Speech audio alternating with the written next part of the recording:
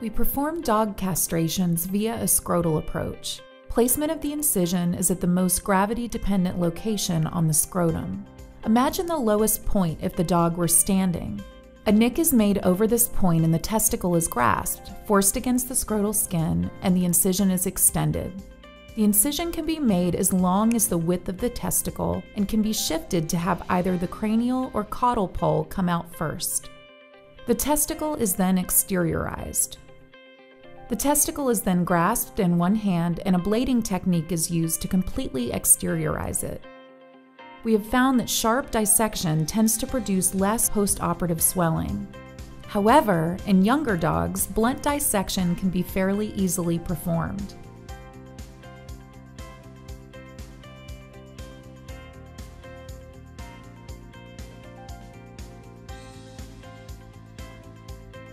Once the fat and fascia are cleared from the cord, a clamp is used to create a crush.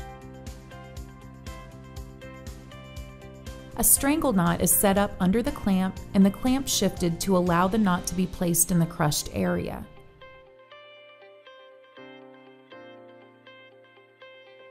Typically, for dogs less than 40 pounds, one ligature is placed and an approximately 2 centimeter tissue tag is left above the ligature. For dogs greater than 40 pounds, 2 ligatures are placed and at least a 1 centimeter tissue tag is left above the ligature, with approximately half a centimeter between the 2 ligatures.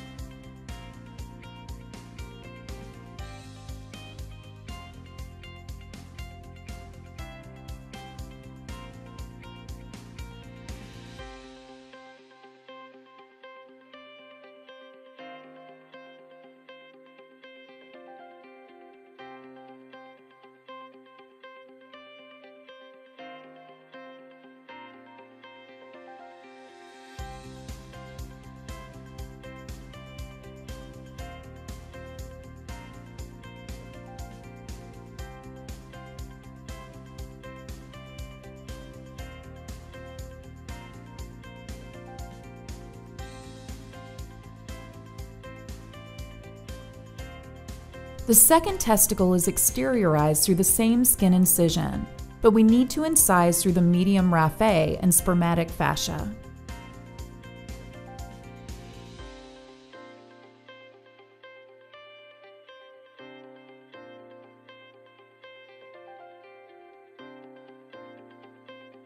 As a side note, we prefer to administer an intratesticular block of lidocaine during the surgical prep process.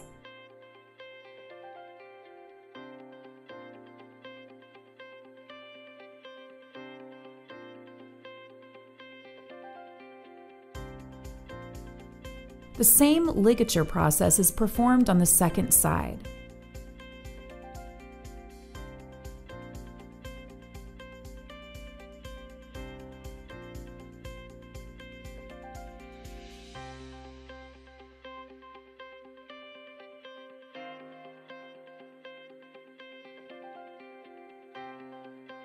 We use a splash block comprised of a combination of lidocaine and epinephrine just prior to closure. There are 3 approaches to closure with this technique. The first is not to close at all, leaving the incision open as is done in many other species. The second is to glue the skin only. The third, which is what we prefer, is to place one buried subcutaneous right in the center of the incision. The goal for this placement is to allow for apposition of the skin edges, while still leaving either end of the incision open to drain. The suture should place as an inverted simple interrupted, with the knot buried in the subcutaneous.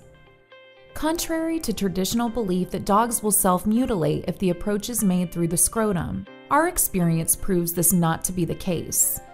There appears to be no greater tendency towards self-trauma with this approach versus the traditional pre-scrotal approach. The scrotal approach is easier, faster, and has no greater incidence of complications. Owners or caretakers should be informed that it is normal to see a small amount of blood-tinged discharge for a few days immediately post-op.